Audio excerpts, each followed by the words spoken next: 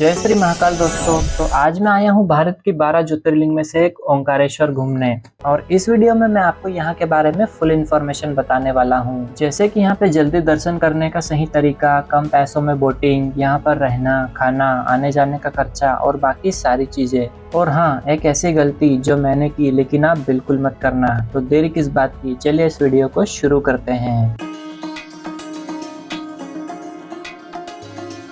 तो अपनी बाइक से रास्ते में प्रकृति की इन खूबसूरत वादियों का आनंद लेते हुए मैं पहुंचा ओंकारेश्वर। देखो, अगर आप यहां बस से आते हो तो आपको बस स्टैंड से यहां तक टेम्पो से आना पड़ेगा, और अगर मेरी तरह बाइक से आते हो तो फिर डायरेक्ट यहीं पर आओगे। ठीक है, समझ गया। आपको मेन मंदिर में दर्शन करने के लिए इस रास्ते से होते हुए जाना पड़ेगा, और इस रास्ते के दोनों तरफ बहुत सी दुकानें हैं। इनके बारे में भी मैं आगे आपको डिटेल में बताने वाला हूँ, लेकिन पहले हम दर्शन कर लेते हैं। ये बड़ी अच्छी बात कही आप। मेन गेट से अंदर जाने के बाद आपको दिखाई देगा ओंकारेश्वर का ये अनरियल व्यू, और वहाँ पर मौजूद है मुख्य मंदिर। मेन मंदिर तक जाने के लिए हमें इस नदी को पार करना होता है, और इस नदी को पार करने के लिए यहाँ पर 2 पुल मौजूद है, और अगर आप नाव से उस पार जाना चाहते हैं तो नाव से भी जा सकते हैं। अच्छा, हमको सिखा रिया है। अरे नहीं, बस आपकी जानकारी के लिए बता रहा हूँ। हम जिस पुल से होते हुए मंदिर तक जाने वाले हैं, इस पुल का नाम है झूला पुल, और यहाँ से आप बोटिंग के फैंटास्टिक व्यू को देख सकते हैं। मेन मंदिर में प्रसाद चढ़ाने के लिए आप यहाँ से भी प्रसाद ले सकते हैं, और अगर आपको मिठाई वगैरह चढ़ाना है तो उसकी दुकानें भी आपको आगे देखने को मिल जाएगी। अभी आपको यहाँ पे नदी में बहुत कम पानी दिखाई दे रहा होगा, लेकिन हमेशा ऐसा नहीं होता है। इसका एक रीजन तो ये है कि अभी ठीक से बारिश का मौसम नहीं आया है, और इसका दूसरा मेन रीजन ये है कि आगे एक नए ब्रिज का काम चल रहा है, जिसके चलते डैम में पानी को रोक दिया है। वरना डैम के जब सारे गेट खोल दिए जाते हैं तो यहाँ पर इतना ज्यादा पानी हो जाता है कि बोटिंग की परमिशन भी नहीं होती है। मैं यहाँ पर संडे के दिन घूमने आया हूँ, और संडे के दिन यहाँ पर बहुत ज़्यादा भीड़ होती है। चलिए देखते हैं हमें भगवान जी के दर्शन हो पाते हैं या फिर नहीं। और यहाँ आप देख सकते हैं लड्डू और प्रसाद की कई दुकानें हैं। आप लाइन में लगते हुए भी यहाँ से प्रसाद ले सकते हैं। अगर हम बात करें यहाँ पे दर्शन करने की, तो बाकी मंदिरों के मुकाबले यहाँ पर बहुत ज्यादा भीड़ रहती है। इसीलिए मंदिर सुबह 5 बजे से खुल जाता है। इसलिए आप यहाँ पर जितनी जल्दी दर्शन करने आएंगे आपको उतना ही कम वक्त लगेगा। वैसे यहाँ पे VIP दर्शन की सुविधा भी उपलब्ध है। आप 300 रुपए देकर जल्दी भी दर्शन कर सकते हैं, और अगर वीडियो शूट करना हो तो वो भी कर सकते हैं। वैसे अगर मेरी बात मानो तो 300 रुपए बिगाड़ने से कोई मतलब नहीं है। हाँ, अगर साथ में कोई बुजुर्ग इंसान हो जो ज्यादा चल नहीं सकते, भीड़ की गर्मी सहन नहीं कर सकते, तो VIP दर्शन कर लेना, वरना सुबह सुबह जल्दी आ जाना, ऐसे भी दर्शन हो जाएंगे। ओंकारेश्वर ज्योतिर्लिंग के दर्शन करने के बाद ममलेश्वर में दर्शन करना भी अनिवार्य माना जाता है, जहाँ पर हम थोड़ी देर बाद जाने वाले हैं। और ममलेश्वर मंदिर में तो मैं बिल्कुल शिवलिंग के करीब जाकर दर्शन कर सकता था, और तो और वीडियो भी रिकॉर्ड कर सकता था, लेकिन फिर भी मैंने ऐसा क्यों नहीं किया, ये थोड़ी देर में आपको पता चल जाएगा। यहाँ आप देख सकते हैं शिवलिंग के दर्शन करने के लिए LED लगाई गई है। अगर आप अंदर नहीं जा सकते तो यहाँ से भी शिवलिंग के दर्शन कर सकते हैं। ये नीचे जाने का रास्ता है, यहाँ से भी मंदिर का व्यू दिखाई देता है, और वहाँ पर बना है राजा मानधाता का महल, जिन्होंने तपस्या करके भोलेनाथ भगवान को यहाँ पर विराजमान होने के लिए प्रार्थना की थी। यहाँ पर साफ सफाई उस तरह की नहीं है जिस तरह होना चाहिए। अब देखो, ये भारत की 12 ज्योतिर्लिंग में से एक है, लेकिन फिर भी यहाँ पर कई जगह ऐसी है जहाँ पर बहुत गंदगी फैली हुई है। अगर आपने मेरा उज्जैन वाला व्लॉग देखा है तो आपको पता होगा वहाँ पर साफ सफाई का कितना ज्यादा ध्यान रखा जाता है। बात तो सही है। और अब हम जा रहे हैं एक ऐसी चीज को देखने जिसे बनाने के लिए यहाँ की सरकार ने 2140 करोड़ रुपए खर्च किए हैं, और इतनी महंगी चीज को देखने के लिए हमें इन विशाल सीढ़ियों से चढ़कर ऊपर जाना होगा। लेकिन ये रास्ता इतना ज्यादा खतरनाक होगा मैंने बिल्कुल भी नहीं सोचा था। ये रास्ता जितना आसान दिखाई देता है, असल में उतना आसान है नहीं, क्योंकि यहाँ पर बिल्कुल खड़ी चढ़ाई चढ़ना होता है, वो भी सीढ़ियों से। अगर आपके साथ कोई बुजुर्ग इंसान हो तो इस रास्ते से ऊपर बिल्कुल भी मत आना, क्योंकि यहाँ चढ़ने में हमारी हालत ख़राब हो रही है, तो बुजुर्ग इंसानों का तो क्या ही कहना। ये मूर्ति देखने के लिए आपको 300 सीढ़ियाँ चढ़ना पड़ेगा, जो कि सच में बहुत ज़्यादा कठिन है, लेकिन यहाँ तक आ गए हैं तो अब आगे भी जाएंगे ही। लगभग आधा रास्ता चढ़ने के बाद मैं बुरी तरह अंदर से टूट गया था। सोच रहा था यहीं से नीचे चला जाऊँ, लेकिन कहीं ना कहीं मन में थोड़ी सी हिम्मत थी, और मैंने फैसला किया कि मैं वो चीज़ आपको दिखा कर ही रहूँगा। तो फाइनली दोस्तों, वो 300 सीढ़ियाँ चढ़कर मैं ऊपर आ चुका हूँ, और मेरी हालत बिल्कुल ख़राब हो चुकी है। 300 सीढ़ियाँ चढ़ते चढ़ते इतनी हालत ख़राब हो गई, मुझे यहाँ आकर चक्कर आने लगे। मैंने थोड़ा सा पानी पिया, तब जाकर मुझ में होश आया। मेरी सलाह आपको यही रहेगी कि आप तो सीढ़ी वाले रास्ते से बिल्कुल ऊपर मत आना। यहाँ पर एक और दूसरा रास्ता है, आप उससे भी ऊपर आ सकते हैं। अभी पहले हम थोड़ी पेट पूजा कर लेते हैं, क्योंकि ऊपर चढ़ने पर हमें बहुत ज़्यादा थकान हो गई है। उसके बाद जाएंगे हम आदि शंकराचार्य जी की मूर्ति को देखने, और फिर जाएंगे हम नीचे बोटिंग करने और वहाँ पर नहाएंगे भी। 2140 करोड़ की लागत में बनी आदि शंकराचार्य जी की मूर्ति दिखाने से पहले मैं आपको यहाँ पर बने परिक्रमा मार्ग और यहाँ पर बोटिंग करने के बारे में सारी जानकारी बता देता हूँ। तो देखो, ओंकारेश्वर ज्योतिर्लिंग एक टापू पर मौजूद है जो कि ओम के आकार में बना हुआ है, और इसी के चलते इसे ओंकारेश्वर नाम दिया गया है। इस टापू के चारों तरफ नदी मौजूद है और एक परिक्रमा मार्ग भी बना हुआ है। इस परिक्रमा मार्ग को आप पैदल चलते हुए भी पूरा कर सकते हैं, और अगर आप बोट द्वारा इसे घूमना चाहते हैं तो उससे भी घूम सकते हैं। ये परिक्रमा मार्ग लगभग 7 से 8 किलोमीटर लंबा है। आप इसे अगर पैदल चल के पूरा करते हैं तो लगभग 3.5 से 4 घंटे में आप इसे पूरा कंप्लीट कर लेंगे, और अगर आप बोट से घूमना चाहते हैं तो केवल आधे घंटे में ही आप इसे पूरा कर सकते हैं। और इस परिक्रमा मार्ग के दौरान आपको बहुत अलग अलग मंदिर दिखाई देंगे, और इसी परिक्रमा मार्ग पर बनी है आदि शंकराचार्य जी की मूर्ति, जो थोड़ी देर में मैं आपको बताने वाला हूँ। और अगर हम बात करें यहाँ पे बोटिंग करने की, तो ओंकारेश्वर से ममलेश्वर मंदिर तक आप पैदल चलते हुए भी जा सकते हैं और बोट से भी जा सकते हैं। लेकिन अगर आप बोट से ममलेश्वर मंदिर तक जाना चाहते हैं तो आप 50 रुपए प्रति व्यक्ति देकर वहाँ पहुँच सकते हैं। वहीं अगर आप नर्मदा नदी और कावेरी नदी के संगम को देखना चाहते हैं तो उसके लिए आपको लगभग 100 से 150 रुपए प्रति व्यक्ति के देना पड़ेगा। वहीं अगर आपको पूरा परिक्रमा मार्ग घूमना है, वो भी अपने ग्रुप के लोगों के साथ, तो उसके लिए आपको लगभग 1000 रुपए तक देना पड़ेगा। और ये सारे अमाउंट सिचुएशन के हिसाब से बदलते रहते हैं। अभी जब हम यहाँ पर घूमने आए हैं तो नदी में पानी बहुत कम है और बार बार बारिश भी आ रही है, जिसके चलते हम अभी तो बोटिंग नहीं कर पाए। लेकिन मैं लगभग 2 साल पहले अपने कॉलेज के ग्रुप की तरफ से यहाँ पर घूमने के लिए आया था, और तब हमने यहाँ पर बोटिंग की थी। हमारे ग्रुप में लगभग 70 से 80 लोग थे। तब जाकर उन्होंने हमारे 70 रुपए प्रति व्यक्ति लिए थे। कहने का मतलब ये है कि अगर आप ज्यादा लोगों के साथ यहाँ पर घूमने आते हैं तो आपको थोड़ा डिस्काउंट मिल सकता है। ठीक है, समझिए। चलिए अब आपको आदि शंकराचार्य जी की मूर्ति के दर्शन करवाते हैं, फिर खाना पीना खाकर नहा धोकर चलेंगे ममलेश्वर मंदिर के दर्शन करने। यहाँ जो आदि शंकराचार्य जी की मूर्ति बनी हुई है, ये वीडियो में ज़्यादा बड़ी दिखाई नहीं दे रही होगी, लेकिन ये रियल में सच में बहुत ज़्यादा बड़ी है।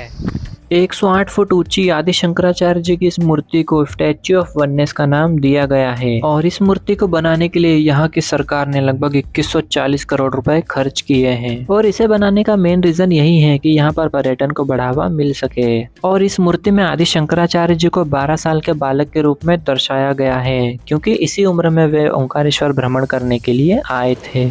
ठीक है, समझिए। तो हमें ये पेड़ के नीचे एक जगह मिल गई है, यहीं पर हम खाना खाएंगे और इसके बाद जाएंगे हम आगे की तरफ घूमने। कुछ भी कहो, लेकिन नेचर में रहना, यहाँ पर घूमना, बाहर बैठकर खाना खाना, इन चीज़ों की बात ही अलग होती है। ये चीज़ें बड़े बड़े शहरों में कभी भी एक्सपीरियंस करने को नहीं मिलती। बात तो सही है।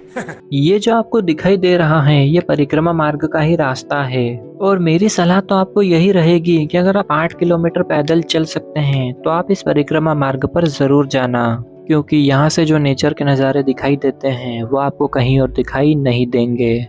यहाँ पर कुछ लोग प्राइवेट बस करके भी आदि शंकराचार्य जी की मूर्ति को देखने के लिए आते हैं। ये अभी पूरी तरह से बनकर तैयार नहीं हुई है, लेकिन मुझे पूरी उम्मीद है जब ये बनकर तैयार हो जाएगी तो यहाँ पर और टूरिज्म को बढ़ावा मिलेगा। तो फाइनली हमने यहाँ पर खाना भी खा लिया है, और अब हम जाएंगे नीचे, जहाँ पर हम करेंगे बोटिंग। उसके बाद जाएंगे ममलेश्वर मंदिर दर्शन करने और घूमेंगे यहाँ की और बाकी जगह पर। आदि शंकराचार्य जी की मूर्ति देखने के लिए आप बस या फिर टेम्पो से भी ऊपर आ सकते हैं। हमें इस बात का पता नहीं था और हम 300 सीढ़ियाँ चढ़कर ऊपर आए, जिससे कि हमारी हालत बहुत ज़्यादा खराब हो गई।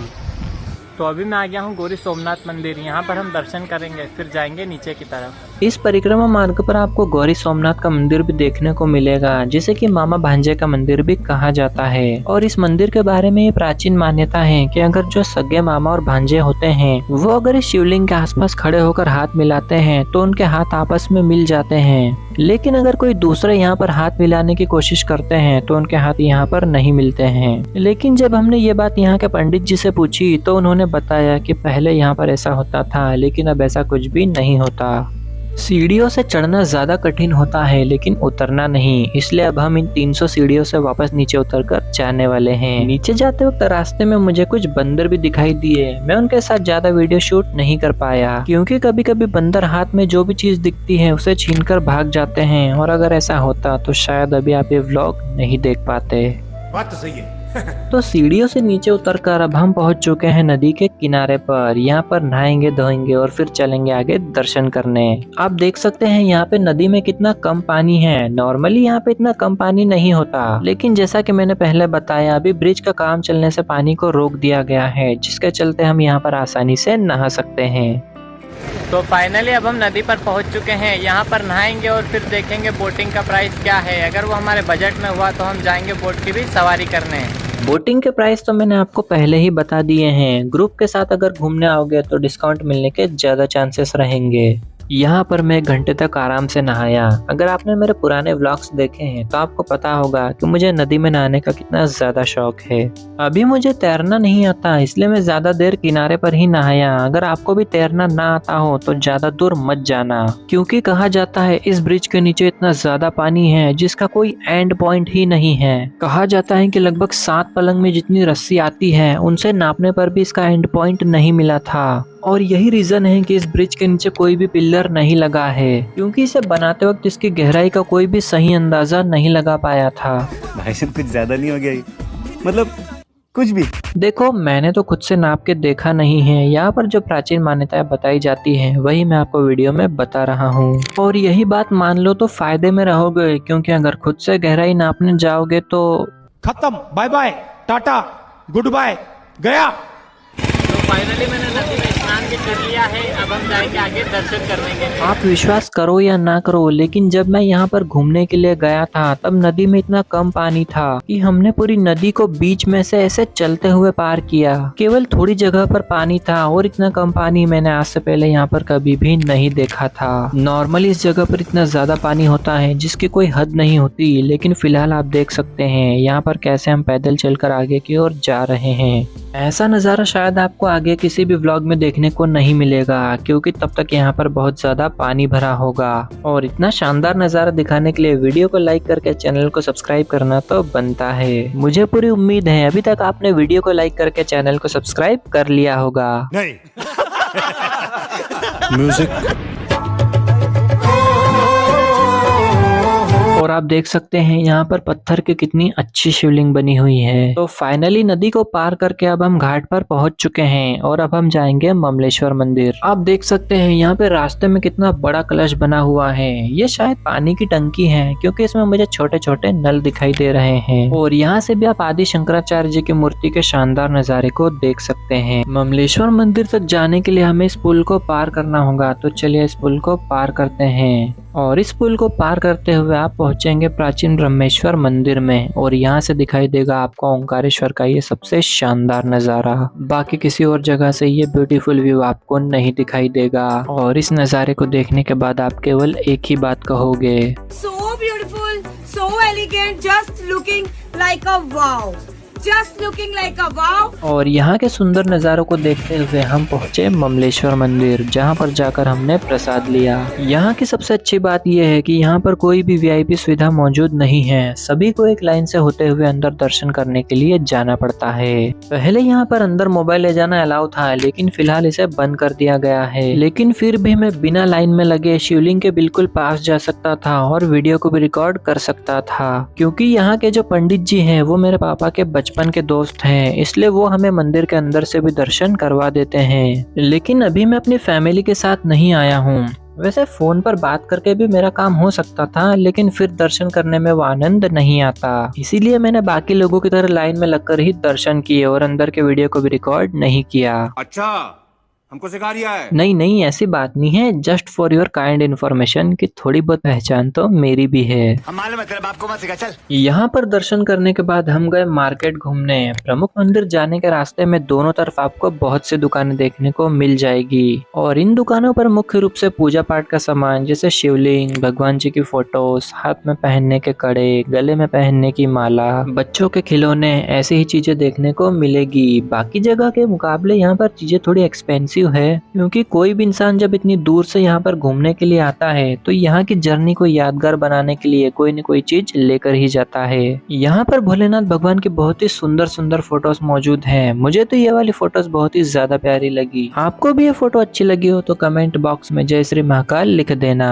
अगर हम बात करें यहाँ के प्रमुख घाटों की, तो यहाँ के प्रमुख घाटों में नागर घाट, ब्रह्मपुरी घाट, गोमुख घाट आदि आते हैं। और कहा जाता है कि गोमुख घाट से ही 8 किलोमीटर लंबी परिक्रमा शुरू होती है और यहीं पर आकर समाप्त होती है। अगर हम बात करें यहाँ पर रुकने की, तो यहाँ पर कई सारी धर्मशालाएं, होटल और लॉज मौजूद है, जिनमें कि आप आसानी से दिन और रात बिता सकते हैं। मंदिर के पास में ही गजानन महाराज संस्थान है और यहाँ पर खाना आपको 40 से 50 रुपए में आसानी से मिल जाएगा। और अगर आप कहीं बाहर खाना खाना चाहते हैं तो यहाँ पर ढाबे और रेस्टोरेंट की कमी भी नहीं है। इसके अलावा यहाँ पर बहुत सी धर्मशालाएं भी मौजूद है, जहाँ पर आपको कम प्राइस में रूम रहने के लिए मिल जाएगा। और अगर आपको लग्जरी होटल चाहिए तो वो भी मिल जाएगा, बस आपको उसके लिए थोड़े ज्यादा पैसे देने पड़ेंगे।